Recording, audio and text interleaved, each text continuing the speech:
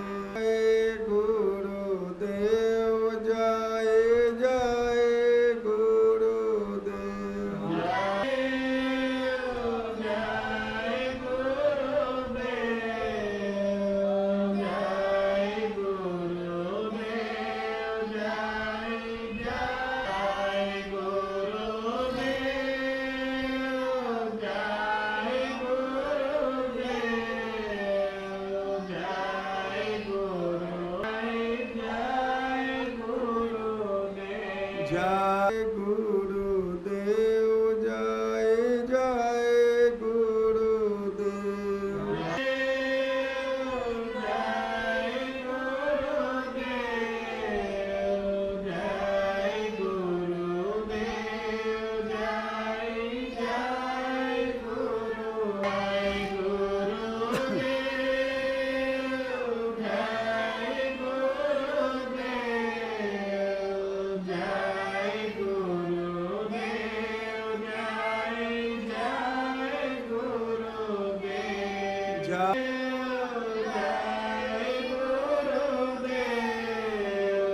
जय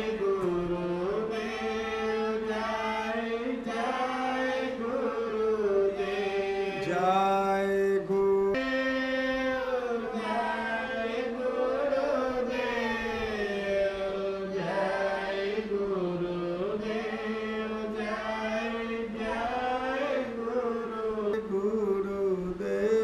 जय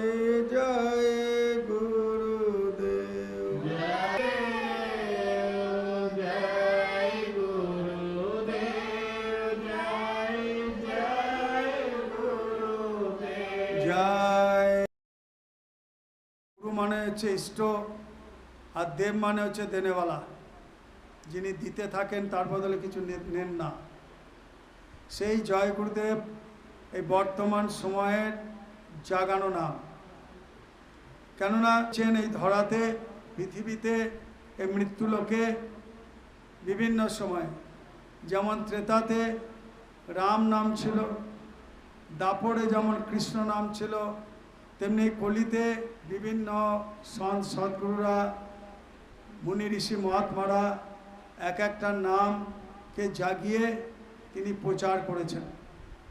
তাই এই বর্তমান সময়ে বাবা উমাকান্তজি মহারাজ এই যে জয় গুরুদেব নাম, এই নামের যে কি প্রভাব, এই নামের কি অনুভব, এই নামকে তিনি বিভিন্ন জায়গায় বলেছেন বিলিয়ে দাও, রাম নাম কি লুট। অর্থাৎ যদি লুটতেই হয় তাহলে রাম নাম, অর্থাৎ সেই নামকে লুটো, নামকে নাও, কেননা এই নামই তোমার সাথে যাবে। আর এই আমার ভিতরে যে নাম আছে আমি কিন্তু বুঝতে পারছি না, কেননা আজ যদি আমার ভিতরে নাম না থাকতো তাহলে এই শরীরটাই থাকতো না। 24 ঘন্টায় কী করে হচ্ছে এবং কেনই বা হচ্ছে আমি শুনতেও পাচ্ছি না, এটা কারই বোঝারও উপায় নেই।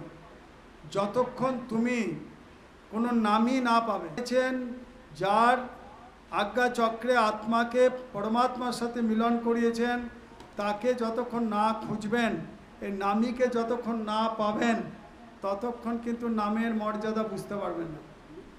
তাই আমাদের নামী হচ্ছেন কে? বর্তমান সময়ে বাবা উমাকান্তজি মহারাজ। তিনি এই নাম সকলকে বলেছেন বিলিয়ে দাও। তো এই নাম যে বিলাচ্ছেন, এই যে জয় গুরুদেব নাম এত এখন ধ্বনি হলো, এটা অনেকেই করেছেন, অনেকে করেননি, অনেকে কানে শুনেছেন। যে যেমনভাবে করেছেন সে সেই রকমভাবেই তার ফল পাবেন, সে সেই রকমভাবেই পাবেন। তো জয় গুরুদেব বলা যায়। এই জয় গুরুদেব নাম যে ধ্বনি করলাম, এটা ঠোঁটের দ্বারা, জিভের দ্বারা, মুখের দ্বারা এটা আপনি সকলকে বিলাতে পারেন, বলতে পারেন। এই নামে আপনার কি হবে না, চিত্ত শুদ্ধ হবে, আর ঘরের যাবতীয় অশান্তি, অভাব, অনটন, কষ্ট সব কম হবে। এবং মালিক বলেছেন এই নাম করলে যদি তোমার সমস্ত কষ্ট কম হয়, তবেই না তুমি গুরুর পথে যেতে পারবে, গুরুকে ধরতে পারবে। কেননা যদি তোমার কষ্টই থাকে তাহলে তুমি গুরু নাম করতে বসলেও তোমার মন বসবে না। তো সেই জন্য গুরু মহারাজ বলছেন যে নাম করো। তো আর এক নাম কি আছে যেটা মুখ দিয়ে বলা যায়, এটা তো জয় গুরুদেব নাম। আর এক নাম ধুন শব্দ নাম, যেটা আপনার ভিতরে অহরহ হচ্ছে, যার দ্বারা আমি টিকে আছি। সেই sound is god, god is sound. ঈশ্বরই ব্রহ্ম, ঈশ্বরই ভগবান, শব্দই ভগবান। তো সেই শব্দটাকে আমাকে ধরতে হবে। শব্দকে যতক্ষণ না ধরব ততক্ষণ আমি বুঝতে পারবো না যে নাম কি জিনিস। তো এই শব্দটা অহরহ, এই শব্দটাকে আমাকে ধরতে হবে। তো শব্দটা ধরতে গেলে কি করতে হবে না, আমাকে অন্তর্মুখী হতে হবে, বহির্মুখী হলে হবে না। যেমন এই জয়গুরুদের নাম করলেন, এটা বাইরে করলেন, তাকিয়ে করলেন। অন্তর্মুখী নামকে যদি আমাকে করতে হয়, তাহলে অন্তর আত্মাকে যদি জাগাতে হয়, তাহলে আমাকে কি করতে হবে, এড়তে পারবেন না। সেই জন্যে গুরুর দরকার, যে কোনো কাজে গুরুর দরকার। সংসারে কাজে যেমন গুরুর দরকার, লেখাপড়ার কাজে যেমন গুরুর দরকার, যে কোনো কাজ শিখতে গেলে যেমন গুরুর দরকার, চাকরি করতে গেলেও যেমন গুরুর দরকার। থেকে এসেছো, কোথায় তোমার ঘর, এইটা একমাত্র গুরু মহারাজই জানাতে পারেন। কেননা যতক্ষণ আপনার অন্তরাত্মা না জাগবে ততক্ষণ আপনি কিছুই জানতে পারবেন না। তো সেই জন্যে গুরুর দরকার। তো কোন গুরুর দরকার? গুরু 7 প্রকারের। প্রথম গুরু বন করেন, চতুর্থ গুরুকে না মাস্টারমশাই, পঞ্চম গুরুকে না কুলগুরু, ষষ্ঠ গুরুকে যিনি ওঙ্কারনাথের সাথে জুড়ে দেন, আর যিনি আপনাকে জীবিত অবস্থায় আপনার আমার অন্তরে যে আত্মা আছেন, যার দ্বারা আমরা শরীরটাকে নড়াচড়া করছি, সেই আত্মাকে জাগিয়ে পরমাত্মার দর্শন তিনি করিয়ে দিতে পারেন। এবং সেই আকাশবাণী দেব, সেই আওয়াজ যিনি শুনিয়ে দিতে পারেন, সদ্গুরুকে ধরতে হবে। কেননা গুরু ছাড়া কোনো কিছুই হয় না। সেই জন্য গুরু মহারাজ বলছেন, সময়ের মাস্টারমশাই, সময়ের ডাক্তার, আর সময়ের সদ্গুরুর দরকার। সময়ের মাস্টারমশাই যিনি এখন প্রেজেন্ট আছেন, যে মাস্টারমশাই স্কুল চালাচ্ছেন, লেখাপড়া শেখাচ্ছেন, তা আমাকে সেই তেমনি সময়ের ডাক্তার যিনি আমার চিকিৎসা এখন করতে পারেন, সেই ডাক্তারের কাছে যেতে হবে। তেমনি সময়ের সদ্গুরুর কাছে যেতে হবে। তাহলে যিনি এখন এই শরীরে নিজের আত্মাকে জাগিয়ে আরও সকলের আত্মাকে জাগাবার জন্য যিনি নাম বিলাচ্ছেন অন্তরাত্মাকে জাগাবার জন্যে, তাহলে আমাকে সেই সদ্গুরু ধরতে হবে। তবেই কিন্তু আমার এই শরীর পাওয়া সার্থক হবে। কারণ পৃথিবী, অগ্নি, বায়ু, জল, আকাশ, এই 5 তত্ত্বে যে শরীর পেয়েছেন, এই শরীরটা কী জন্য পেয়েছি না, আমাকে সাধনা না করলে আমি এই শরীরের মর্ম কিছুই বুঝবো না। আর শরীরের ভিতরে যে আমার ঐশ্বরিক ক্ষমতা আছে, সেটাকেও আমি ইজহার অর্থাৎ প্রকাশ করতে পারবো না, যে আমার ভিতরে কতটা আছে। যেমন কোনো ছেলে লেখাপড়া করে, সে অঙ্কতে এত ট্যালেন্ট, ব্রেনি, কিন্তু যতক্ষণ তাকে সেই অঙ্কের টিচার তার ক্ষমতাটাকে প্রকাশ না করে দিতে পারছে, বুঝিয়ে না দিতে পারছে, সেই ছেলের ভেতরে যে এত অঙ্কের ট্যালেন্ট, বুদ্ধি আছে, সেইটা আমরা কিন্তু কেউ জানতে পারবো না, সেই ছেলেও জানতে পারবে না।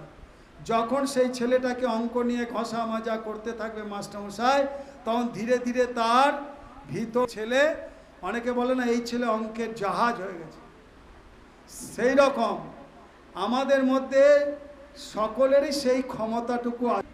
নিজের বলে, নিজের শক্তির বলে আমি আমার আত্মাকে জাগিয়ে পরমাত্মার দর্শন করতে পারব, কিন্তু আমাদের সেইটা বোধগম্যটা হারিয়ে গেছে। এই বোধগম্য অর্থাৎ জ্ঞান, এই বিবেক, আকাশ, এই আকাশ তত্ত্বটাকে বুঝিয়ে এখন বর্তমানে আছেন। তার কাছে যখন যাবেন তখন বুঝতে পারবেন, তিনি যখন আত্মাকে জাগানোর যে রসদ অর্থাৎ পথ, যে পন্থা অর্থাৎ মার্গ, আর যে নাম, যার দ্বারা আত্মা জাগবে, সেইটাকে যখন আপনার মধ্যে প্রবেশ করিয়ে দেবেন, ছেলের মতো প্রতিদিন প্র্যাকটিস করতে থাকবেন, তখনই বুঝতে পারবেন যে আমার মধ্যে কত শক্তি লুকিয়েছে।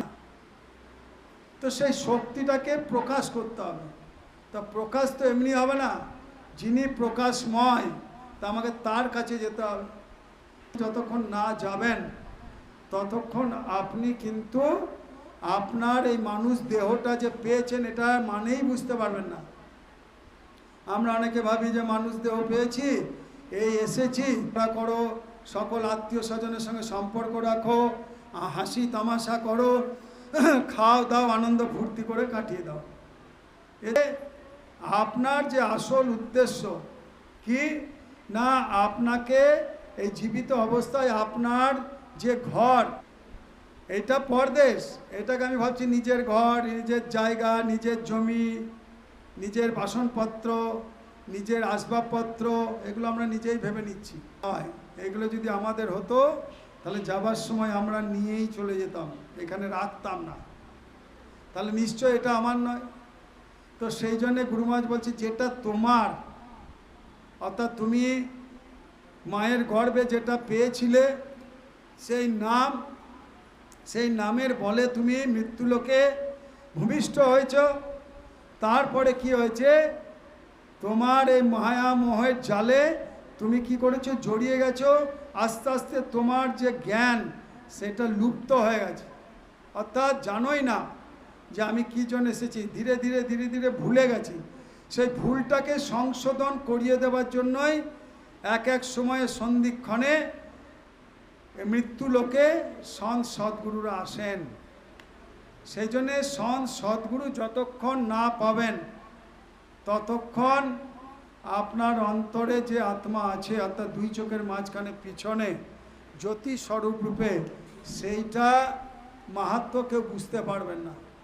তো সেইটার আপনাকে কিন্তু সন্ত সদ্গুরুর আশ্রয় নিতেই হবে।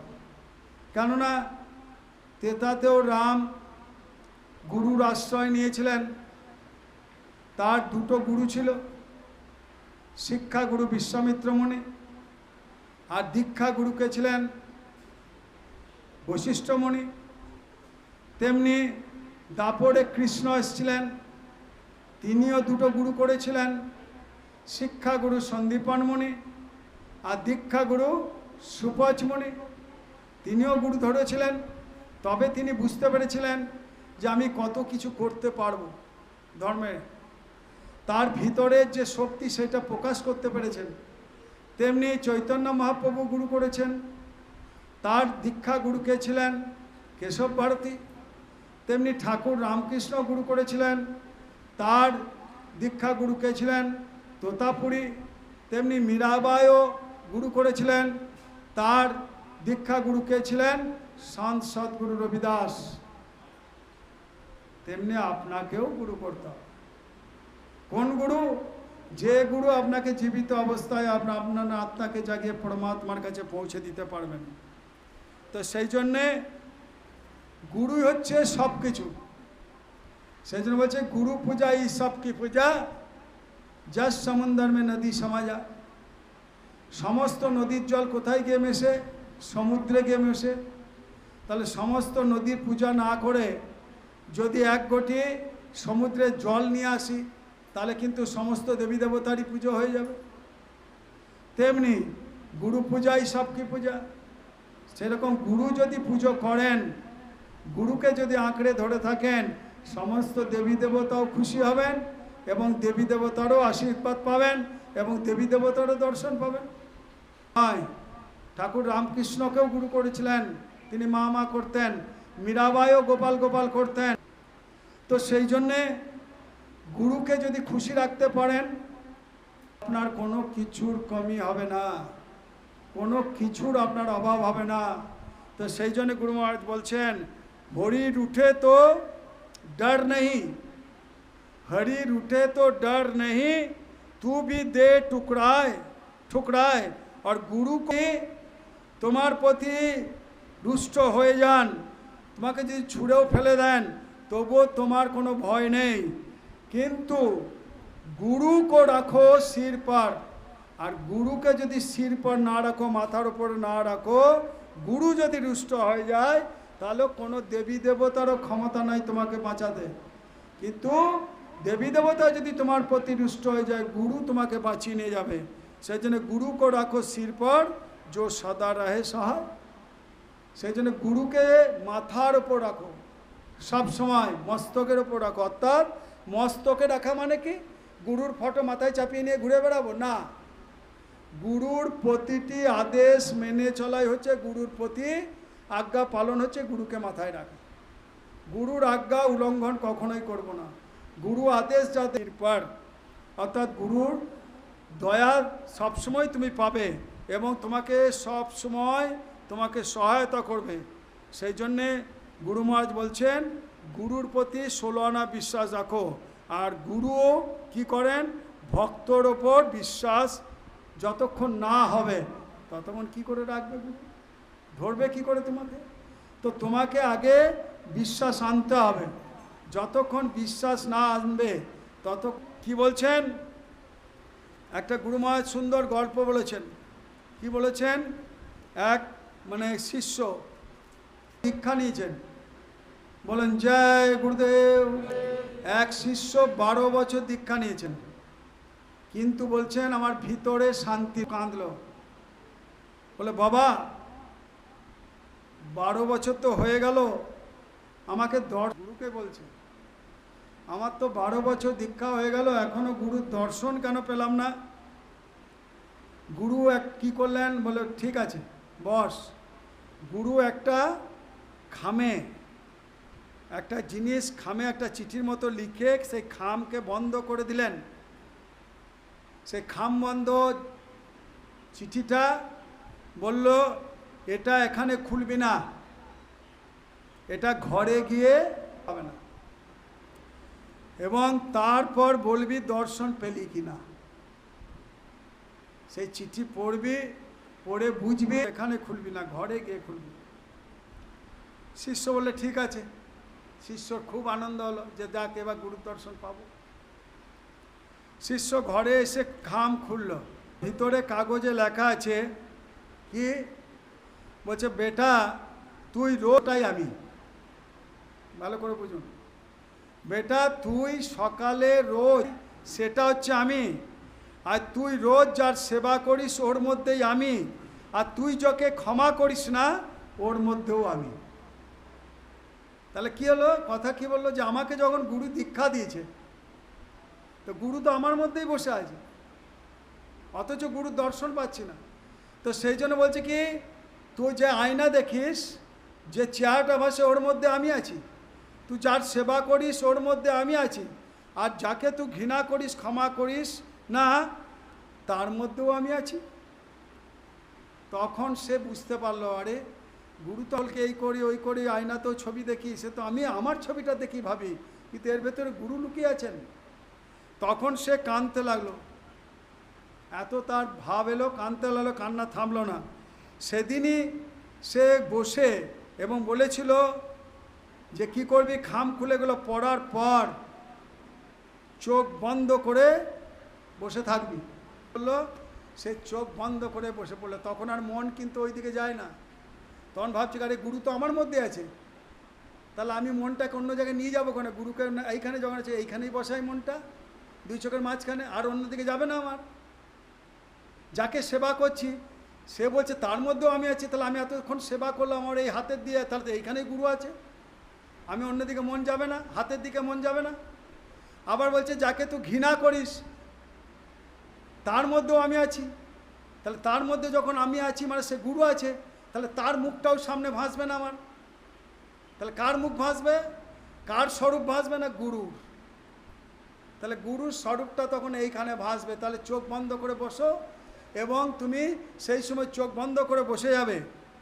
তো চোখ বন্ধ করে বসলো, তখন কিছুতেই আর কান্না থামে না, তখন ভাব চলে এসছে, তার ভাবের উদয় হয়ে গেছে। সেদিনই তার দর্শন হয়ে গেল, সেদিনই তার দর্শন হয়ে গেল। তো সেই জন্য এই কথার মানে হচ্ছে, এটা শিক্ষা দিয়েছেন গুরু মহারাজ, যে গুরু বাইরে মূর্তি না। এই যে ফটো লাগিয়ে দিয়েছি না, দুটো ফটো, বলছে এটা বাইরের মূর্তি না, এইরকম মূর্তি তোমার ভিতরে আছে, বন্ধ করো দেখো, এটা তোমার স্বরূপকে চিনিয়ে দিলাম, এই স্বরূপটাকে তোমাকে চিনিয়ে দিলাম। তা বলছে কি গুরু বাইরের মূর্তি না, গুরু হলো ভিতরের বিবেক। ভিতরের বিবেকটাকে জাগিয়ে নাও, এই আকাশ তত্ত্বটাকে জাগিয়ে নাও, তাই মালিক কি বলছেন, সামনে যে গুরু পূর্ণিমা আসছে, তা গুরু পূর্ণিমায় নিজের ভিতরে গুরুকে প্রণাম করো। কত সুন্দর কথা। গুরু পূর্ণিমা আসছে, গুরু পূর্ণিমায় নিজের ভিতরে গুরুকে প্রণাম করো। খোঁজো মন্দির মসজিদ মে, যতই খুঁজে বেড়াও মন্দির মসজিদ মে, মিলে আপনে দিল মে। তা আপনি দিল মে, দিল কোথায়? আমাদের হৃদয় কোথায়? গুরু কোন হৃদয়ে বসে আছেন? দুই চোখের মাঝখানের এই আজ্ঞা চক্রে, এইটা হচ্ছে আসল হৃদয়। আর শরীরের হৃদয় এইটা ফুসফুস, যেখানে এইখানে বাঁধি, তো এই হৃদয়ে বসে আছেন। তো সেই জন্যই গুরু মহারাজ বলছেন, এখানে ওখানে দৌড়ে বেরিয়ে লাভ নেই, এখানে ওখানে ছুটে বেরিয়ে লাভ নেই, তোমার কাছেই গুরু লুকিয়ে আছেন, গুরুকে খোঁজো। তা খোঁজার জন্যে তোমাকে তো আমি রসদ দিয়ে দিয়েছি, পন্থা দিয়ে দিয়েছি। সেই পন্থাটা কি না, নাম। নাম প্রতিদিন করো একাগ্র চিত্তে, একাগ্র মনে। তো যখনই তুমি নাম করার, মনের মধ্যে যে সকল বিকারগুলো আছে একে একে নষ্ট হবে। তো নাম যতক্ষণ সঠিকভাবে না করবে ততক্ষণ ভিতরের যে ময়লা সেগুলো পরিষ্কার হবে না। তো সেই জন্যে গুরু মহারাজ পরিষ্কার করতে পারছো না, তো সেই জন্যে গুরু মহারাজ ময়লার কথা দিয়ে একটা গল্প বলেছেন। বলুন জয় গুরুদেব। একবার এক রাজা গুরুর কাছে গেল। একবার এক রাজা, আমি এত পুজো করি, এত দান করি, তবুও ভগবান দেখা যায় না কেন? ভগবান দেখা দেয় না কেন? আমি তো অনেক পুজো করে বেড়াই, কেন দেখা দেয় না? তো গুরু মহারাজ বললেন, ঠিক আছে, তোমার উত্তর তুমি পেয়ে যাও। তো গুরু মহারাজ একটা কী করলেন, একদম আয়না, ময়লা আয়না, কাঁচ দেখাই যায় না, ঝাপসা দেখা যাচ্ছে, এইরকম একটা ময়লা আয়না দিলেন সেই রাজাকে।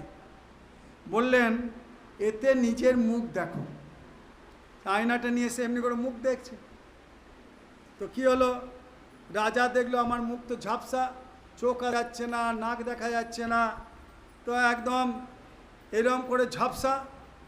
গুরু বললেন, কি দেখতে পাচ্ছ? বলে, না। এত আলোতেও দেখতে পাচ্ছ না? না। তখন বলছে গুরু মহারাজ, গুরু বললেন, দেখো, সূর্যের দোষ নেই,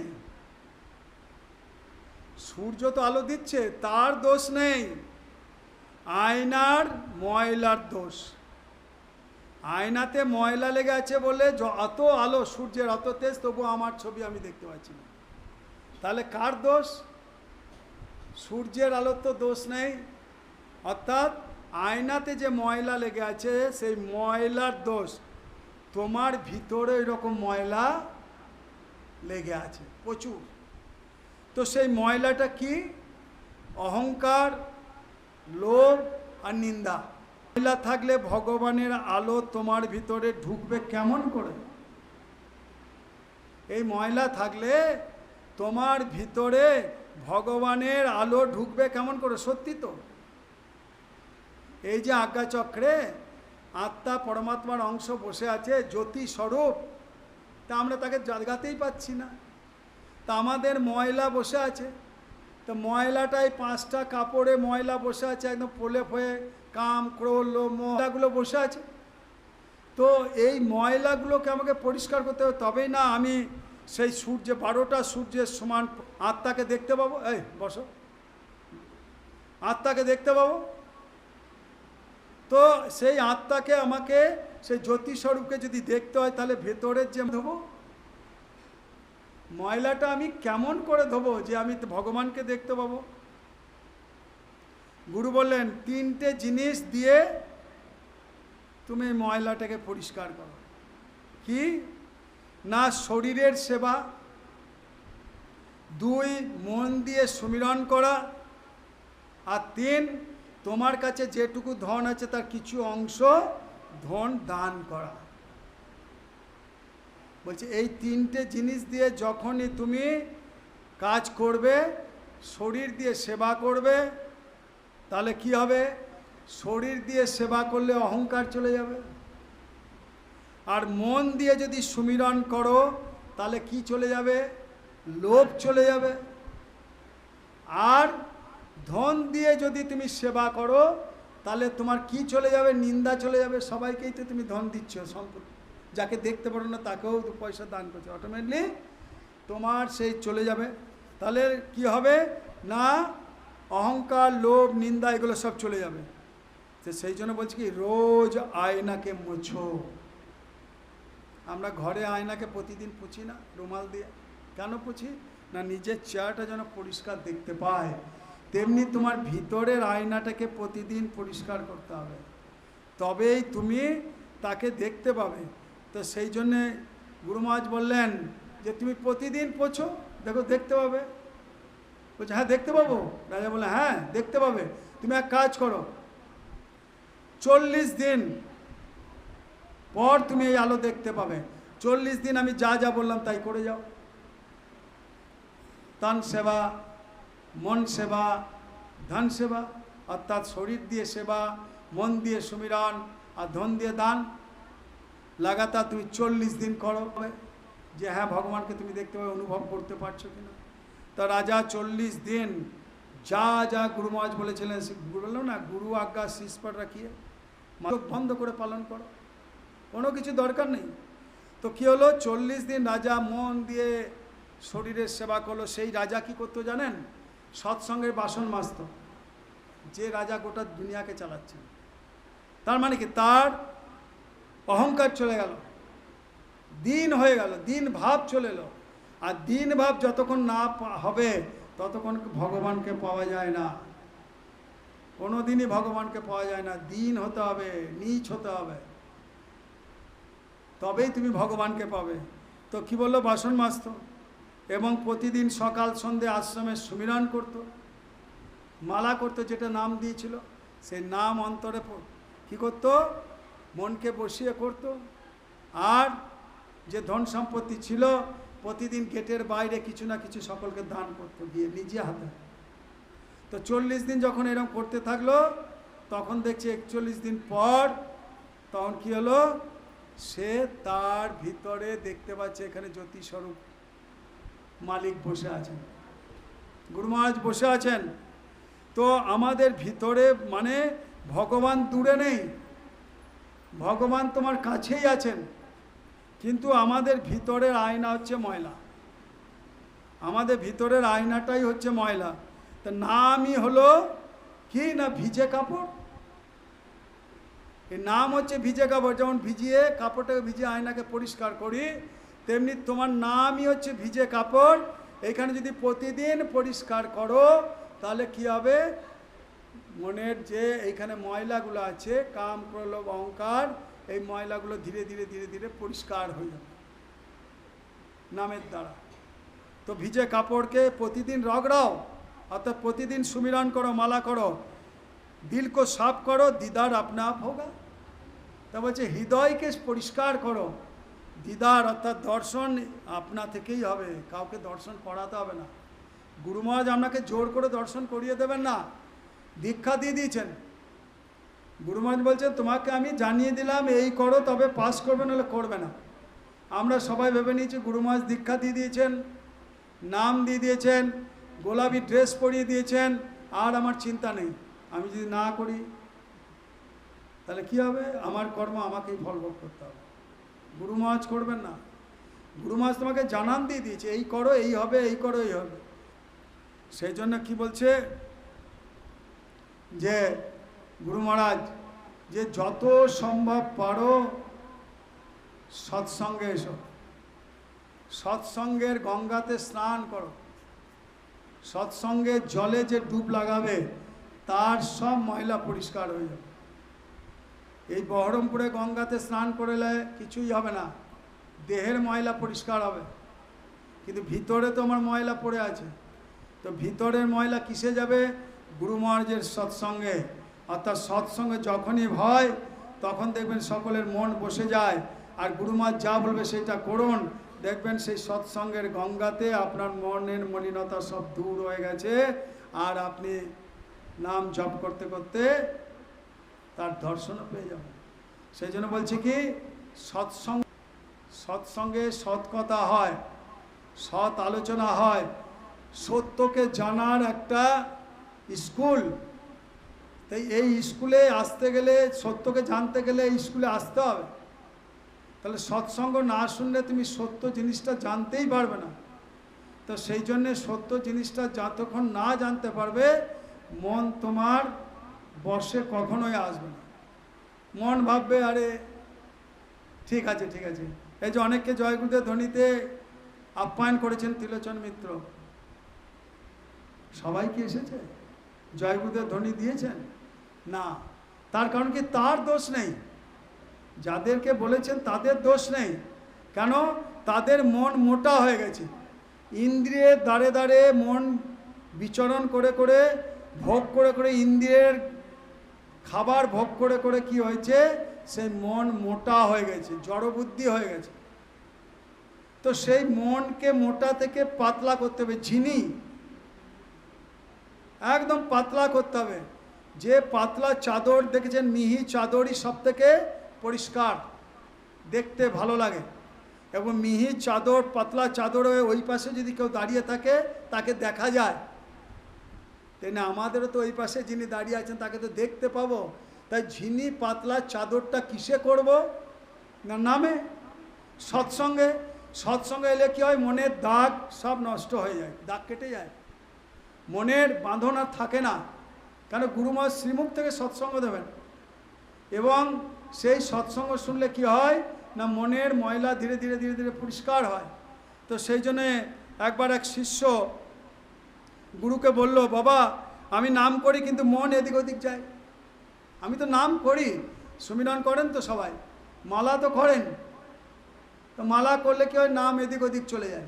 অনেকে দীক্ষা নেননি, যারা সদ্গুরু দীক্ষা নেননি তারাও মালা করেন কোনো না কোনো নামে, কুলগুরুর দেওয়া বা ষষ্ঠ গুরুর দেওয়া, মালা তো করেন, কিন্তু তাতেও মালাতে মন বসে না। কেন বসে না? না মন এদিক ওদিক। যখনই মালা হাতে নেবেন বাস দাঁড়ে দাঁড়ে বসে সেই রস নিচ্ছে, মন তো কখনো এখানে বসেনি। তো মন কি মর্ম জানবে? কিছুই জানবে না। ঘোরানো হয়, কিন্তু মালার যে রূপ, যে চিন্তন করে মালাটাকে করতে হবে, সেই চিন্তনটা আমরা করি না, মালার চিন্তা করি। তাই চিন্তা চিন্তন, তা চিন্তাটাকে সরাতে হবে, চিন্তন করতে হবে, তবেই তোমার মালা হবে। তো বলছে আমি নাম করি, মালা করি, কিন্তু মন এদিক ওদিক চলে যায়। গুরু তাকে বলল, তাহলে একটা কোদাল দিলাম, এই কোদাল দিয়ে গর্ত খোঁড়। বলছে এটা কিসের গর্ত খুঁড়ব? না এটা অহংকারের গর্ত খোঁড়। গর্ত খুঁড়েছে বড় করে, লম্বা করে। গর্ত খোঁড়ার পর গুরু বললেন এখানে শুয়ে পড়। শুয়ে পড়লেন এবং কি করলেন? তিনি মাটি চাপা দিতে লাগলেন। গুরুর আজ্ঞা, উঠছে না, শুয়েই আছে। তো মাটি চাপা দিয়ে খালি এইটুকু বাদ রাখলেন, নাকটুকু, বাকি সব ঢেকে দিলেন। 10 মিনিট রাখার পর তাকে তুলল, সেই শিষ্যকে। তখন সেই শিষ্য থরথর করে কাঁপছে, যে মৃত্যু যন্ত্রণা কি সে দেখে নিল।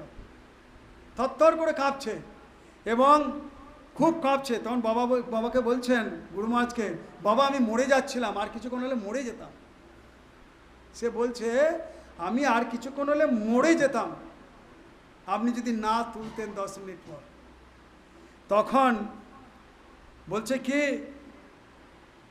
এই রকমভাবেই যদি তুই অহংকার ত্যাগ করিস, আর এই অহংকারে গর্ত খুঁড়ে, এই অহংকারে গর্ত যে এতটা খুঁড়ে রেখেছিস, সেইটাতেই তোকে ডুবতে হবে, আর তোকে ওই রকমভাবেই মরতে হবে।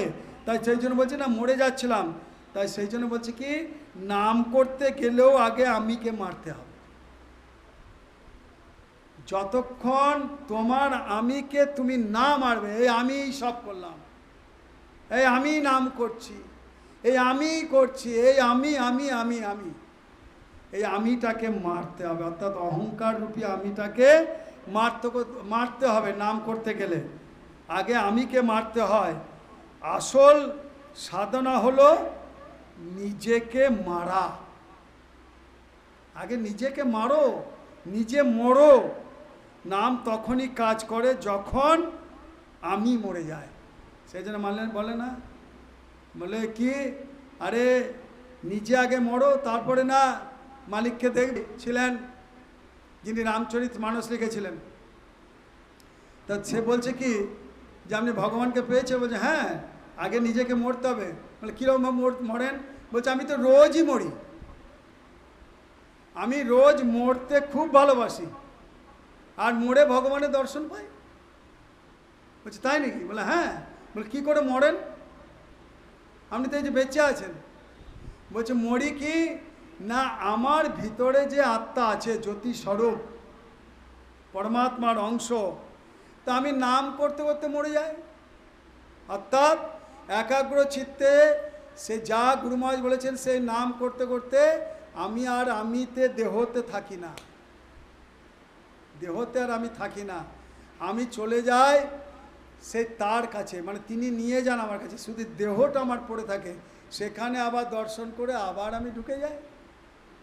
সেই জন্য নিজেকে আগে মারতে হবে। সেই জন্য বলেনি পহলে খুদ কো জানো বাদ মে খোদা কো জানো, আগে নিজেকে চেনো তারপরে ভগবানকে চিনবে। তাহলে সেই জন্য গুরু মহারাজ বলছেন, আরে বাচ্চা तुम पहले अपने अंदर झाँक करके देखो, অর্থাৎ তোমার ভিতরে আগে ঝেঁকে দেখো তুমি কে, কোথা থেকে এসেছো, কে তোমার সাথে আছে। তুমি আগে না দেখেই, ফটোতে দেখেই বলছো আমি পাবো না, আমি পাচ্ছি না, আমি পাচ্ছি না, আগে নিজেকে তো দেখো। সেই জন্য গুরু মহারাজ বলেন, अरे बच्चा देखो जब तुम्हारा ध्यान लग जाएगा ये मिलता जुलता चेहरा दिखाई देगा। मालिक बोलते नहीं ना, चेहराটা देखिए, ये मिलता जुलता चेहरा तुमको दिखाई देगा, অর্থাৎ এই রকম চেহারা স্বরূপ তুমিও দেখতে পাবে। তো সেই জন্য গুরুকে ফটো স্বরূপ যেমন দেখছি, অন্তরেও যেন এইরকম স্বরূপ দেখি, তাহলে কি হবে? সেই জন্য বলছে मरने से पहले मरो तब नाम का रस आएगा। मरने से पहले मर जाओ, মরার আগে যদি মরা প্র্যাকটিস করে নি, মরা প্র্যাকটিস করে নি, তাহলে যখন সত্যিকারের মৃত্যু আসবে, এই শরীরটা ছাড়তে হবে, তখন আর কষ্ট হবে? বলুন জয় গুরুদেব।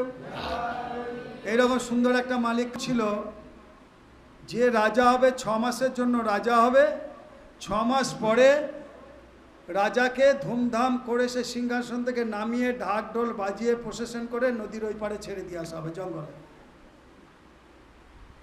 তো এরকম করে সবাই রাজা হয় 6 মাস করে। আবার যখন সেই সিংহাসন থেকে সে তাকে নামিয়ে মানে রথে চাপিয়ে যখন নদীর ওই পারে ছেড়ে দেওয়া হয়, তার আগে খুব কাঁদে সেই রাজা। তো এরকম করে অনেক রাজা চলে যায়। তো এরকম করতে করতে আর একজনের পালি এসছে, এবার তোমাকে রাজা হতে হবে। ঠিক আছে, তো তাকে রাজা করে দিয়েছে, 6 মাস রাজা। তা আজকে তাকে রাজার মানে অভিষেক করিয়ে তাকে সিংহাসনে বসিয়ে দিয়েছে। বসিয়ে দেওয়ার পর বললো আজ থেকে তুমি রাজা, এটা মনে রাখো তুমি 6 মাসের রাজা। বলে ঠিক আছে, কোনো ব্যাপার নেই। তা যেই অভিষেক করে সিংহাসনে বসিয়ে দিলেন, তখন সেই রাজা মন্ত্রীমশাইকে ডাকলো, সেই রাজ্যের, নিজের রাজ্যের 6 মাসের রাজা। তো বলে মন্ত্রীমশাই শোনো, যত সৈন্যবাহিনী আছে, লোহা লস্কর আছে, সবকে তুমি নৌকা করে নদীর ওই পারে চলে যাও,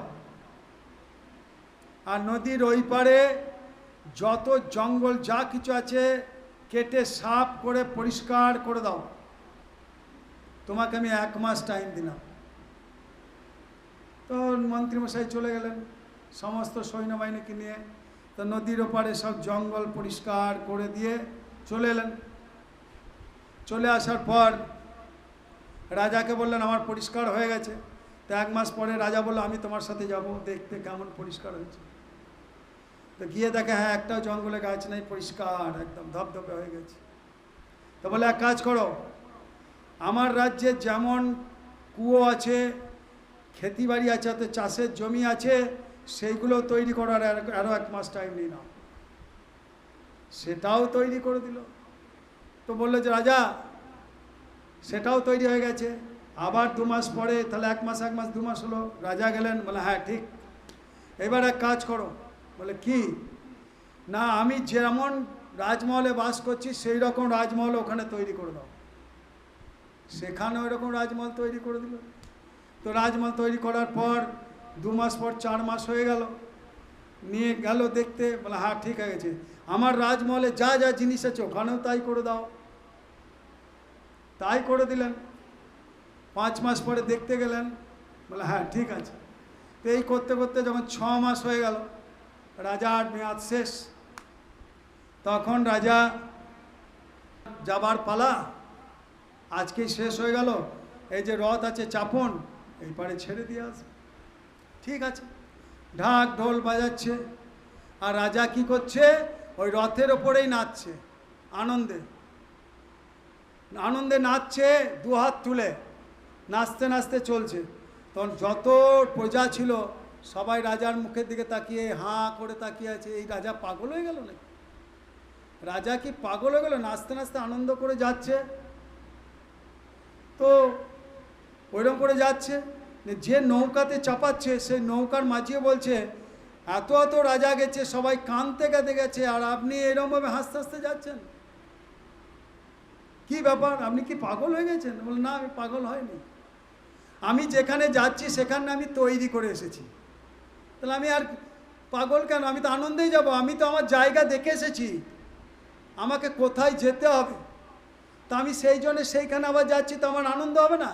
তেমনি আমরা যে এত সুন্দর এই যে জগৎটা পেয়েছি 3.5 হাত, এই জগতের রাজা আপনি, আপনার সিংহাসন 2 চোখের মাঝখানে আজ্ঞা চক্রে বসে আছে আত্মারূপে, পরমাত্মার অংশ। তো সেই আত্মা যখন রাজা হিসাবে বসে আছে, তা আপনি যেখানে যাবেন সেইটা আগে দেখে নেবেন না, যে আমি কোন জায়গায় যাব। সেই জায়গাটা যদি আমরা জীবিত অবস্থায় দেখে নিই যে কোন জায়গায় আমাকে যেতে হবে, তাহলে যখন আমাকে লোকে দুধ গঙ্গা জল দেবে মুখে মরার সময়, তখন তো আমি হাসতে হাসতে মরবো, সবাইকে বলবো কি, তোরা সুখে থাক, তোরাও নাম কর, তোরাও ভালো থাক, সকলের সঙ্গে মিলেমিশে থাক, আর নাম কর, গুরুকে ধর, বলে তো আমি আনন্দে হাসতে হাসতে যাবো, কারণ আমি সেই জায়গাটা দেখে এসেছি। সেই জন্য গুরু মহারাজ বলেন না, বাচ্চা जीते जी प्रभु का दर्शन कर लो, मरने के बाद कोई दर्शन नहीं करता है। জীবিত অবস্থায় প্রভুর দর্শন করো, মৃত্যুর পরে কেউ ভগবান দর্শন করে না। যত মুনি ঋষি মহাত্মা, গীতা, রামায়ণ, বাইবেল, কোরআন, হাদিস, যত রকমের চৈতন্য চৈতামৃত যা কিছু আছে, তারা কিন্তু জীবিত অবস্থাতেই দেখে লিখেছেন পুঁথি, তারা কিন্তু মরে গিয়ে লেখেননি। তো সেই জন্য গুরু মহারাজ বলছেন, আরে মরার আগে মরে যাও, তুমি তোমার জায়গা দেখে নাও, যে দেশ থেকে এসেছো আবার সেই দেশে চলে যাও, এটা তো পরায় দেশ।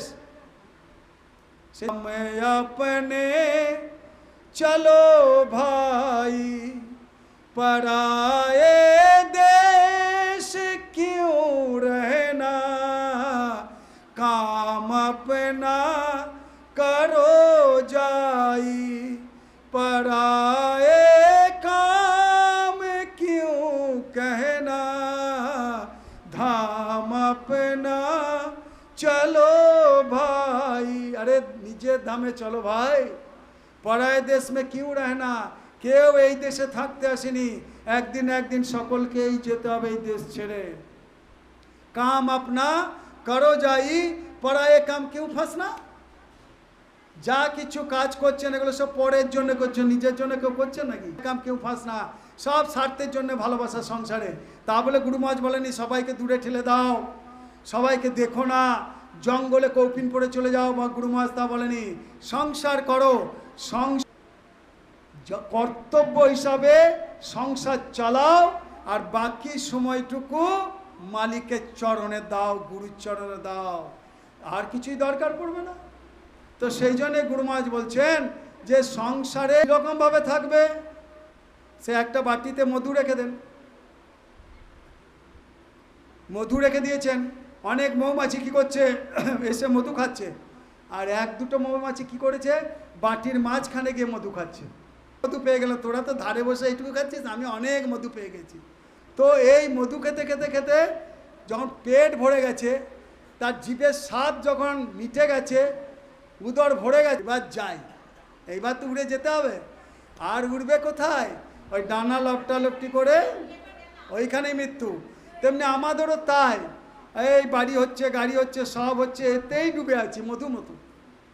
এই সংসার রূপীটা সারা জীবনটা নিয়ে যখন খাওয়া তৃপ্তি হয়ে গেছে, দাঁত ভেঙে গেছে, চোখে দেখতে পায় না, হাতে খাবার ওঠে না, ওই জগৎ সংসারের ভান্ডাতে বাটিতে পাচ্ছি না, বিছানায় পড়ে আছি, তখন এবার কি করছি? নিজের দেশে যাবার জন্য ওড়ার চেষ্টা করছি, যাবার জন্যে ওই মৌমাছি মতো ওড়ার চেষ্টা করছি। আর উড়বে কোথায়? সে তো সমস্ত নেশাগ্রস্ত জিনিসে দর্শন করলো। জীবিত অবস্থায় প্রভুর দর্শন করো, মৃত্যুর পরে কখনো দর্শন হয় না। এই শরীর আর পাবে না, কিছু দিনের জন্য পেয়েছো, বহু পুণ্য ফলে পেয়েছো, মালিকের কৃপা বলে এই শরীর পেয়েছো। এই শরীরেই মালা হবে, এই শরীরেই ভগবানকে ডাকতে পারবে, আর এই শরীরেই তুমি দান সেবা করতে পারবে। কই গরু, কুকুর, ভেড়া, ছাগল, পশুরা কখনো মালা করতে পারে নাকি? মালা করতে পারে না। তাহলে আমি মালা করতে পারি কাকে পাওয়ার জন্যে? না, প্রভুকে পাওয়ার জন্যে। তো সেই জন্যে গুরু মহারাজ কি বলছেন? যে সকলে এখনো চেত যাও, অর্থাৎ এখনো তোমাদের শিক্ষা নিয়ে নাও, যে সংসার করো, সংসারের যেটুকু দরকার সেইটুকু করো। তো কীরকম? এরকম একটা সুন্দর গল্প আছে। তো এক জায়গায় ওই যারা মাদারি বলে, মাদারি মানে যে বাঁদর খেলা দেখায় তাকে বলে মাদারি। তো বাঁদর খেলা দেখায়, তারা বাঁদর শিকার করে। তা কী করেছে না, ছোলা ছিটি দিয়েছে বাইরে, আর একটা কুঁজো কলসি, যে শীতকালে ঠান্ডা জল খান না, এই গরমকালে, সেই কুঁজোর ভেতরে অনেকগুলো ছোলা ভরে দিয়েছে। তা বাঁদর কী করছে? চারিদিকে ছোলাটা খেয়েই কলসির দিকে মুখ চলে গেছে, তখন চারি অনেক ছোলা। আস্তে আস্তে হাত ঢুকিয়েছে, আস্তে আস্তে হাত ঢুকিয়ে ছোলাটাকে নিয়ে এমনি করে বের করছে। বেরোবে কোথায়? তখন কি হলো না, শিকারি জাল ফেলে বাঁদরটাকে ধরে নিল, এবং সেই বাঁদরটাকে কি করলো? গ্রামে গ্রামে একটা লাঠি দিয়ে নাচাতে লাগলো, নাচাতে লাগলো। তো সেই রকম কাল হচ্ছে আমাদের মাদারি কাল। সে আমাদের কি করছে? এই বাঁদর, আমরা হয়ে গেছি বাঁদর, অর্থাৎ মনটা আমাদের বাঁদরের মতো হয়ে গেছে। কাল প্রতিদিন নাচাচ্ছে, এই সৎসঙ্গে যাবি না, এই কাজটাকে কর, দেখ সৎসঙ্গে কী কর, পরে আবার পরের মাসে সৎসঙ্গে যাবি। ত্রিলোচন মিত্র বলেছে ঠিক আছে, আবার যখন করবে তখন খেতে যাবি, সেই খাবার টাইমে যাবি, গুরু মহারাজের সৎসঙ্গ শোনার দরকার নেই। এটা হচ্ছে মাদারির কাজ, তাকে নাচাচ্ছে। তো জগৎ সংসারে নাচাচ্ছে। তো আবার উল্টো গল্পটা দেখুন কীরকম, ওই রকম ছোলা ছিটি দিয়েছে, ওই রকম কলসিতে ছোলা ভরা আছে, আর 10-12টা বাঁদর খেতে লেগেছে। মাদারি দেখছে সেটা দারুণ, আজকে শিকার করবো, 10-12টা বাঁদর আমার ধরা পড়বে। তখন ওই দিক দিয়ে একজন মহাত্মা যাচ্ছিলেন, সন্ত সদ্গুরু। সে কী করলেন? আরে বাঁদরগুলোকে তো বাঁচাতে হবে। তখন কি করলেন? তার থলের ভেতরে 2 থড়ি মানে 2 ডজন কলা ছিল। কিন্তু কি করলেন? সে দূরে থেকে কলা দেখাচ্ছে বাঁদরগুলোকে, কিন্তু সে বাঁদরা দেখতে পাচ্ছে না, কেন মোহান্ধ হয়ে গেছে, তো মোহে অন্ধ হয়ে গেছে। এই যে বাবা উমাকান্তজি মহারাজ এই মৃত্যু লেগে সদ্গুরু হয়ে দাঁড়ে দাঁড়ে নাম বিলাচ্ছে, মানুষ মোহান্ধ হয়ে গেছে, কজনে নাম নেয়, কজনে সৎসঙ্গে যায়, মাদারি খেলা দেখাচ্ছে তো, কালের মাদারি। তো সেই রকম 2 ডজন কলা এইরকম করে 10টা বাঁদরকে এমনি করে দেখাচ্ছে। যখন দেখতে পায় তখন বাঁদরগুলো 10টা বাঁদর দিয়ে, আরে কলা তো, তা বাঁদরের সব থেকে প্রিয় জিনিস কি? কলা, ছোলার থেকেও। তখন এই 10টা বাঁদর ছুটে চলে গেল কোথায়? সেই মহাত্মা গুরুর দিকে। তেমনি আমাদের অবস্থা তাই, যখন সৎসঙ্গরূপী মুখস্থিত বাণীরূপী কলা যখন ছেটাতে চান, কটা বাঁদর ছুটে যায় সেই কলার দিকে। আর যদি সবাই ছুটে যেত তাহলে মাদারিতে কেউ পারত না। তো সেই জন্যেই গুরু মহারাজ সবসময় বাঁচাতে চান। সেই জন্য কিসের জন্য খেতে বলছে? নাম কে খায়? নাম খায় আত্মা। আর পেট কি খায়? পেট খায় বনস্পতি খাবার, ভাত ডাল সবজি। আর আমরা ভেবে নিয়েছি ভাত ডাল সবজি খাচ্ছে, এটা আত্মা খাচ্ছে। আরে আত্মায় যদি খাবে তাহলে গীতার বাণীটা মিথ্যা হয়ে যাবে। আত্মা অজর অমর অবিনশ্বর, আত্মা কখনো মরে না, যে খায় সেই মরে। শরীর খায়, শরীর মরে, পঞ্চভৌতিক শরীর, পৃথিবী অগ্নি বায়ু জল আকাশ। তাহলে আকাশ তত্ত্ব আগেই চলে যায়, যখন মৃত্যু হয় বেরিয়ে চলে যায় নিঃশ্বাস প্রশ্বাস। তাহলে পৃথিবী অগ্নি বায়ু জল, তা জল কি হয়? আকাশ যখন শ্মশানে নিয়ে যায়, তো শ্মশানে যখন পোড়ায় কি হয় না, জল আগে চড়বড় করে চলে যায়, অগ্নি নিয়ে নেয়। তাহলে পৃথিবী অগ্নি জল চলে গেল, পড়ে থাকলো কে? বায়ু তো আগেই বেরিয়ে গেছে, আকাশ তত্ত্ব চলে গেছে, তার পড়ে থাকলো কে? পৃথিবী তত্ত্ব পড়ে থাকে। তো পৃথিবী তত্ত্ব কি না, তোমার শরীরটা যখন পুড়ে ছাই হয়ে যায়, কি যেহেতু তুমি পৃথিবীর জিনিস খেয়েছো, পৃথিবী তার বদলা নেবেই। তার শরীরটা যখন ছাই হয়ে যায়, ছাই হয়ে কোথায় মেশে? মাটিতে মেশে। সেই মাটিতে আবার ফসল হয়, সেই ফসল আবার লোকে খায়। তো সেই জন্যে শরীর খায়, আত্মা কখনো খায় না। আত্মা কি খায়? শব্দ খায়, নাম খায়। তাহলে নামকে যদি আমি না খেতে দিই, তাহলে এই আত্মা কি করে যাবে গুরুর চরণে? কি করে যাবে সৎলোকে? ভগবানের দর্শনের চরণে কি করে যাবে? তা সেই জন্য আত্মাকে খেতে দাও নাম। তা সেই জন্য বলছে কি, তোমাকে এর জন্য অহংকার ত্যাগ করতে হবে, আর গুরুর প্রতি কি করতে হবে না, আজ্ঞাবহ হতে হবে। সেই জন্য গুরু মহারাজ একটা সুন্দর গল্প বলেছেন, বলুন জয় গুরুদেব। এক বড় পণ্ডিত সৎসঙ্গে এলো, সে একদম পুঁথিগত বিদ্যাতে সাংঘাতিক। সেই পণ্ডিতটা এত বিদ্বান ছিল, সব কিছু জানতেন। তিনিও কিন্তু গুরু মহারাজের শিষ্য ছিলেন। তো পণ্ডিত সৎসঙ্গে এলো, খুব জ্ঞান, শাস্ত্র সমস্ত মুখস্থ। সে গুরুর সামনে গিয়ে বলল, বাবা আমাকে কিছু উপদেশ দিন। তো মালিক মনে মনে ভাবছে, এ তো জ্ঞানী নিজেকে ভাবে, একে আর কি উপদেশ দেবো, এ তো জ্ঞানী ভাবে নিজেকে। গুরু একটা পুরনো ছেঁড়া জুতো তার হাতে দিলেন, গুরু নিজের জুতো, একটা পুরনো ছেঁড়া গুরু তার নিজের জুতো। তখন কি বললেন যে কি না, এটা কি করলো ভাই, গুরু আমাকে ছেঁড়া জুতো দিল, আমি এত বড় ছেঁড়া জুতো দিলেন এবং বললেন এটা নিয়ে বাজারে যা, ছেঁড়া জুতো নিয়ে বাজারে যা। যে যারা আমাকে সবাই সম্মান করে, ঘরে ঘরে ডাকে পুজো পার্বণ করতে, নানা রকম স্বাস্থ্য সম্বন্ধে বুঝতে, আর গুরু আমাকে একটা ছেঁড়া জুতো দিল, বলে যা বাজারে বিক্রি করায়, গা বাজারে বিক্রি করায় গুরু। এবং গুরু মহারাজ যখন দাম বেঁধে দিলেন, পণ্ডিত রেগে গেল, কিন্তু প্রকাশ করতে পারছে না। তো নিজে নিজে ভাবছে আমি পণ্ডিত, আমাকে গুরুর আজ্ঞা পালন করতে হবে, জুতো বেচবো, এই মনের মধ্যে একটা অহংকার। তখন কি করলো যে না, গুরুর আদেশ পালন করব। বাজারে গেল, বাজারে গিয়ে সবাইকে জুতোটা দেখাচ্ছে, কিনবেন জুতো, কিনবেন, ভালো জুতো, ভালো জুতো। বলছে ছেঁড়া জুতো, হ্যাঁ। কেউ 5 টাকাও দিল না, সেই জুতোটা 5 টাকাও দিল না। সে ফিরে এলো, সেই পণ্ডিত আশ্রমে ফিরে এলো। গুরু বললেন, কিরে ফিরে চলে এলি, জুতো বেচতে পারলি না? না না, এই জুতোটাকে 5 টাকাও দিল না, আবার আপনি বলে দিয়েছেন 100 টাকায় জুতো বেচবি, কি করে বেচবো? তো বলে এক কাজ কর, এবার এটা নিয়ে যা, এক জায়গায় ম্যাথর আছে, সে ম্যাথরের কাছে যা। একটা ম্যাথর আছে, সেই ম্যাথর, এবং সে ম্যাথরের কাছে যখন গেল, সে জুতো নিয়ে গেল। পণ্ডিত ম্যাথরের কাছে যাওয়ার পরই ওই জুতোটা নিয়ে পণ্ডিত, তখন ম্যাথর কি করলো জানেন,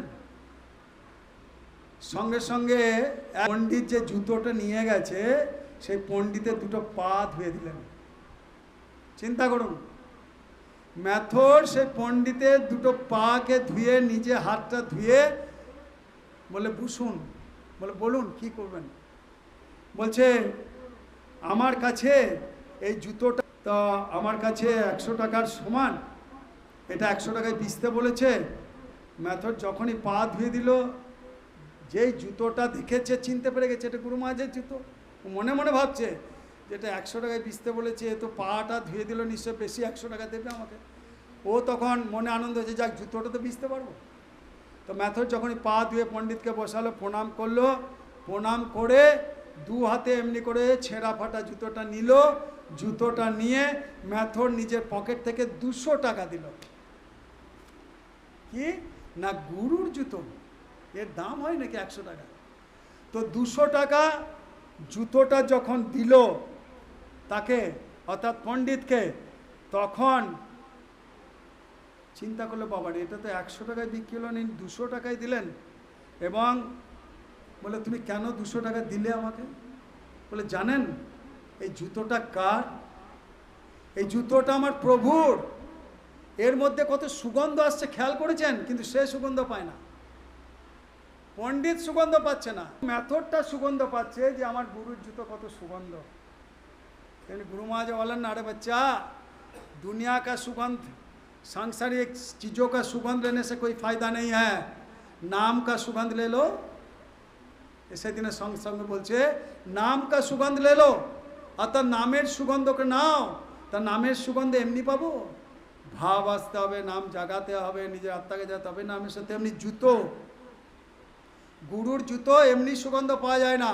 সে যখন পা ধুয়ে দু হাতে জুতো নিল, তখন গুরুর জুতো সে সুগন্ধ শুনতে পারলো। এবং তখন কি হলো, পণ্ডিত যখন বললো, ম্যাথর বললো, এটা আমার গুরুর জুতো, আমি গুরুর কাছে দীক্ষা নিয়েছি, অনেক বছর হয়ে গেল, এই কথা বলাও যা, তখন সে পণ্ডিতের, শাস্ত্র পণ্ডিতের মানে অহংকার চলে গেল। সে তখন তাকে জড়িয়ে ধরে কাঁদতে লাগলো। সে পণ্ডিত কাঁদতে লাগলো, এবং কাঁদতে কাঁদতে সে ফিরে এলো। গুরু বললেন, দেখলে জিনিস একই। গুরু বললেন, জিনিস একই, দাম তুমি ঠিক করো না, যে পড়বে সেই ঠিক করবে। চিন্তা করতে পারো, জুতোটা তো একই, বাজারে নিয়ে গিয়ে ওই 5 টাকায়ও কিনলো না। আবার ওই জিনিস যিনি জানেন কত দাম হতে পারে, সেই জিনিস কে কিনলেন? একটা ম্যাথর। তাই তোমার জ্ঞানেরও দাম নেই। গুরু মহারাজ বলছেন সেই পণ্ডিতকে যে তোমার জ্ঞানেরও দাম নেই, যতক্ষণ না ভিতরে নম্রতা আসে। অহংকারের জুতো, তোমার ভিতরে যে অহংকারের জুতো পরে আছো, সেই জুতোটা খোলো, তবেই গুরুর কাছে আসতে পারবে। মানে জ্ঞান থাকলে অহংকার আসে, আর সেবা করলে অহংকার মরে। নম্রতা সে হি গুরু মিলে না। সেই দিন থেকে পণ্ডিতের অহংকার চলে গেল। আর অহংকার চলে যাওয়ার পর কি করলো, সে কি হলো না, গুরুর একনিষ্ঠ সেবা, পুঁথি টুথি যা ছিল জলস্য করলো না, খালি গুরু আর কেউ নেই। তো সেই জন্য বলছি কি, গুরুকে ধরো আগে, গুরু হচ্ছে খুঁটি। आए हैं तो जाएंगे राजा रंग के फकीर, एक सिंहासन चढ़ी चले एक बंधे जंजीर। বলছে आए हैं तो जाएंगे राजा रंग फकीर, কেউ রাজা রং ফকির সকল এসেছে, সকলকেই যেতে হবে। আর এক বাঁধে জঞ্জির, কেউ সিংহাসনে চেপে যাচ্ছে, আর কেউ দু হাতে লোহার চেন বেঁধে তাকে ধ্যাঁতরাতে ধ্যাঁতরাতে কোথায় নিয়ে যাচ্ছে? নরকে নিয়ে যাচ্ছে।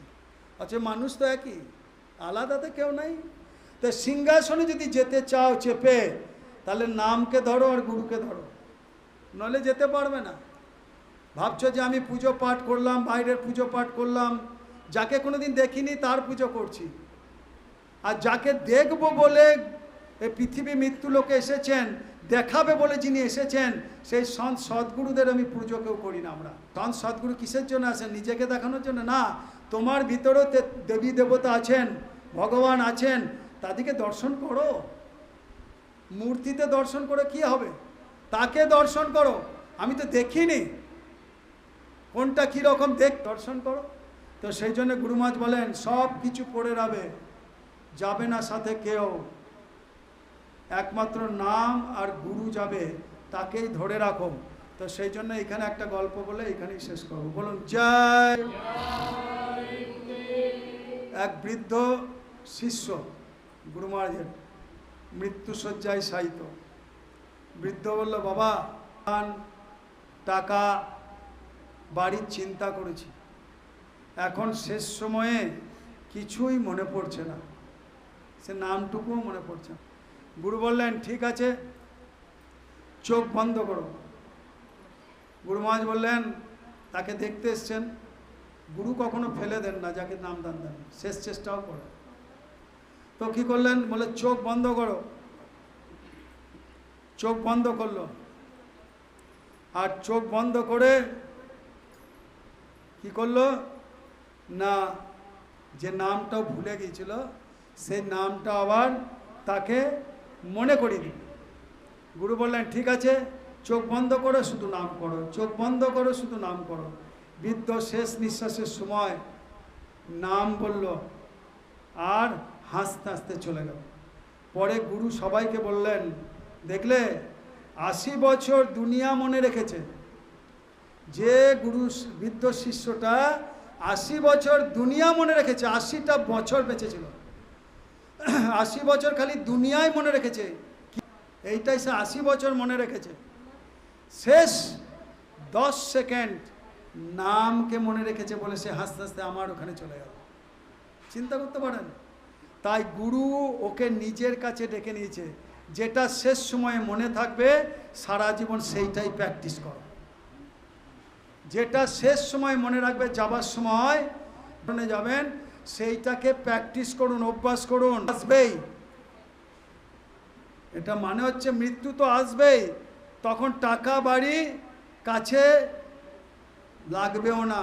अंत की बार सौगति, अंत में नाम हो तो पार हो। अंत में যদি নাম হয় তবেই তুমি পার হতে পারবে, আর অন্তে যদি নাম না হয় তাহলে পার হবে কি করে? সেই জন্য গুরু মহারাজ বলছেন, 2026 বিনাশকারী, বাঁচবে সেই যিনি নামধারী। যে নামকে ধরেছেন এই 2026-এ তারাই বাঁচবে। এবং তাদের মা বাবাদের উদ্দেশ্যে বলেছেন, তাদের প্রতি খেয়াল রাখুন। যুবক ছেলেরা অল্প বয়সে নানা রকম নেশাগ্রস্ত হচ্ছে, তাই নেশাগ্রস্ত করে যেন অল্প বয়সে তাদের যৌবন নষ্ট না হয়, সেই জন্য মা বাবাদের খেয়াল রাখতে বলেছেন। আর যদি কেউ খেয়াল না রাখেন, দেশের অর্ধেক যুবক ধ্বংস হয়ে যাবে, নষ্ট হয়ে যাবে যদি এই রকম নেশাগ্রস্ত থাকে। তাই গুরু মহারাজ বলছেন যে সকলে নেশা করো না, নেশায় যদি করতে হয় নামের নেশা করো, যে কোনো শাস্ত্র পড়ো, যে কোনো বড় বড় যে কোনো জায়গায় সৎসঙ্গ হচ্ছে সেখানে যাও, যেখানে হরিনাম সংকীর্তন হচ্ছে সেখানে গিয়ে বসো, এবং সেখানে গিয়ে কী বলছে সেটা শুনে এসো এবং নামের নেশা করো। আর কি বলেছেন, এই যে পঞ্চভৌতিক শরীর, পৃথিবী, অগ্নি, বায়ু, জল, আকাশ, এটা হচ্ছে 5টা দেবতা। আমরা যখন ঘরে ঠাকুর পুজো করি, সত্যনারায়ণ পুজো করি, বা যে কোনো ঠাকুরের পুজো করি, মা কালী পুজো করি, যে কোনো দেবী দেবতার ঘরে যখন পুজো করি, তখন কি হয়, পঞ্চদেবতার আহ্বান করে পুজো করা হয়, পুরোহিতরা করেন। পৃথিবী, অগ্নি, বায়ু, জল, আকাশ, এই পঞ্চদেবতার পুজো হয়। তাই মালিক বলছেন, এখন পঞ্চদেবতা নারাজ হয়ে আছেন, পঞ্চদেবতা রুষ্ট হয়ে আছেন।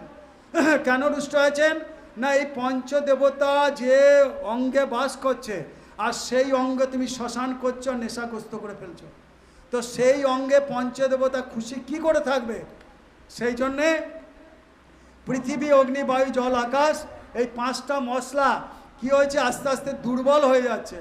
এর ফলে কি হচ্ছে, মানুষ রোগগ্রস্ত হয়ে যাচ্ছে, মনের মধ্যে পাগলামি হয়ে যাচ্ছে, বিকার চলে আসছে, কোনো কিছু মনে হচ্ছে। তার একটাই কারণ, পঞ্চদেবতা নারাজ হয়ে গেছে। আর এই পঞ্চদেবতাকে যদি খুশি রাখতে চান, আপনার এই পঞ্চভৌতিক মন্দিরে যদি পঞ্চদেবতাকে খুশি রাখতে চান, তাহলে ঘি, মধু এইগুলো দিয়ে লাভ নেই। লাভ হচ্ছে নাম এবং গুরুকে ধরুন। আর কি লাভ, এই মন্দিরে পঞ্চদেবতাকে যদি সুগন্ধ খাওয়াতে চান, তাহলে মাছ, মাংস, ডিম, মদ ত্যাগ করুন, শাকাহারী হন। এই নিরামিষ আহার আর শাকাহারী হন, তাহলে দেখবেন পঞ্চভৌতিক এই পঞ্চদেবতা খুশি থাকবেন। আর পঞ্চদেবতা যদি খুশি হয়, আপনার শরীর সুস্থ থাকবে। শরীর সুস্থ থাকলে তবেই ঠাকুরের নাম করতে পারবেন, পুজো করতে পারবেন, নাহলে বিছানায় শুয়েই থাকবেন। তাই গুরু মহারাজ সকলকে নেই। এই গুরু পূর্ণিমার পরই অনেক প্রাকৃতিক বিপর্যয়, অনেক নানা রকম রোগ ব্যাধি বিমারি দেখতে পাবেন। তখন কেঁদেও কুল কিনারা পাবেন না। এমন এমন মারণ রোগ আসবে, যে রোগের ডাক্তার প্রেসক্রিপশন করে দেবে, ওষুধ খুঁজতে যাবেন এক দোকান থেকে আরেক দোকান, এক দোকান থেকে আরেক দোকান, ওষুধই সন্ধ্যে পর্যন্ত খুঁজতে পাবেন না। এসে দেখবেন আপনার রুগী আপনার মারা গেছে। তাই গুরু মহারাজ বলছেন, সময়ে সন্ধে দিন। সময়ে যে প্রদীপ আপনার জ্বালিয়ে দিয়েছে মালিক দুই চোখের মাঝখানে, এই প্রদীপকে যেন আর অমঙ্গলে করতে দেবেন না। মঙ্গল আরতি করান। মঙ্গল আরতি করতে গেলে, মন্দিরে মঙ্গল আরতি করতে গেলে যেমন শুদ্ধ কাপড় পরেন, সেই রকম মঙ্গল আরতি করতে গেলে এই দেবতার মন্দিরে মাছ মাংস ডিম মদ ত্যাগ করুন। আপনার পরিবারও ভালো থাকবে, আপনার সংসারও ভালো থাকবে, আপনার পাড়া প্রতিবেশী ভালো থাকবে। আরে সবই হবে। তাহলে কে গুরুকে ডাকবে, কে ভগবানকে ডাকবে, কে বাবা মায়ের সেবা করতে নিয়ে যাবে হসপিটাল ভর্তি করতে? সবাই যদি আমরা অসুস্থ হয়ে যাই। তাই জন্য সুস্থ হন। সুস্থ হতে গেলে স্বাস্থ্যকে ভালো রাখতে গেলে সংযম করতে হবে। আর সংযম করতে গেলে খাবারের পরিধি কমাতে হবে। তাই জন্য গুরু মহারাজ বলেছেন কি, আত্মার যদি ভালো চাও শুদ্ধ আহার গ্রহণ করো। আত্মাকে যদি সুখী রাখতে চাও শুদ্ধ আহার গ্রহণ করো। তাই শুদ্ধ আহার সকলে খান, নিরামিষ আহার গ্রহণ করুন। এটা গুরু মহারাজের কথা নয়, শাস্ত্রে পরপর বলে এসেছে। রামায়ণে বলেছে, তিল পরিমাণ গিয়েও যদি তার নামে কোটি কোটি গরুদান করতে মুক্তি হয় না। আবার গীতাতে কৃষ্ণ কি বলেছেন, কৃষ্ণ কি বলেছেন, যে রাজস্বিক ও তামসিক আহার গ্রহণ করে তার ঘটে ভগবানের বাস হয় না, তাই জম তার পিছে যায়। আজকে তো জম পিছেই যাচ্ছে। হসপিটালে চলে যান, ইয়াং ছেলে, বার্ধক্য ছেলে, বার্ধক্য মহিলা, ইয়াং মহিলা সব দেখুন হসপিটালে ভর্তি আছে। কিসের জন্য? জম তার পিছে যাচ্ছে। জম মানে রোগ। রোগ পিছে যাচ্ছে। কখন সেই রোগ জবাব দেবে, ডাক্তার জবাব দেবে, আমরা কিছু করার নেই। এই রোগ থেকে যদি বাঁচতে চান, নিরোগ হতে চান, তাহলে যে খাবার খেলে আপনার শরীর ভালো থাকবে সেইটা খান। কি না, শাক সবজি, ফল, দুধ, ঘি, ডাল, ভাত খান। ক্ষতি কি আছে? আমরা যখন বলি বিশ্বাস করে না।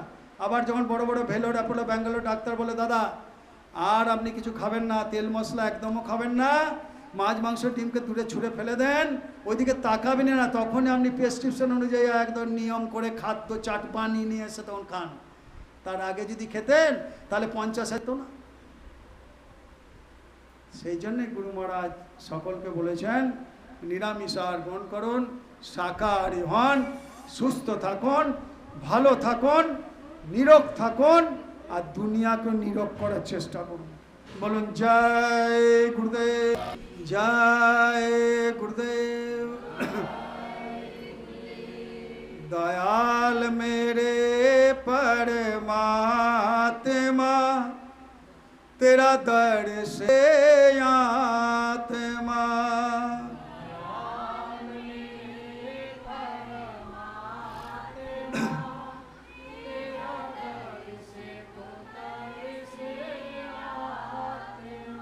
दया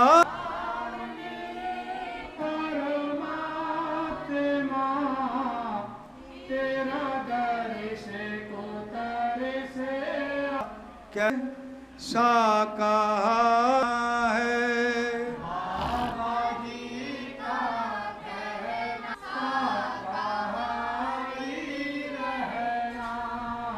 स्वामी जी का कहना है,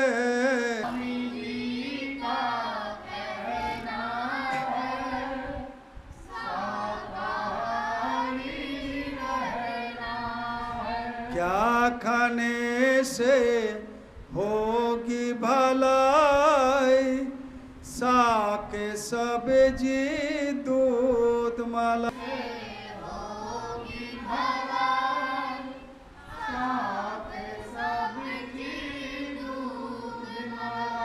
क्या खाने से हुए खराब, अंडा मछली मांस शराब,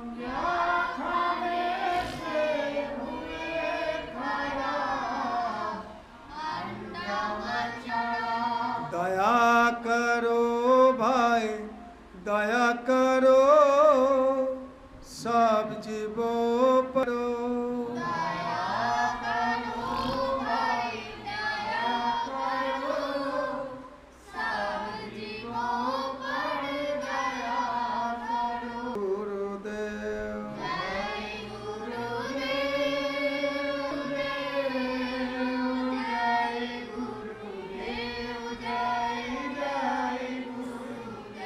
जय गुरुदेव जय गुरुदेव जय जय गुरुदेव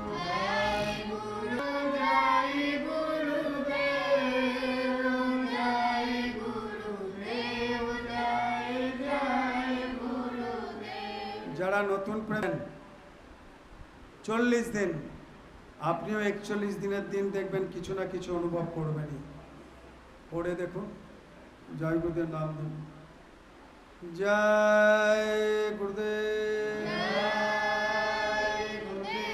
कोटि कोटिते বৈকাল 3টে থেকে অখণ্ড নামধ্বনি হবে সমস্ত গুরুপ্রেমী সেখানে পৌঁছে যাবেন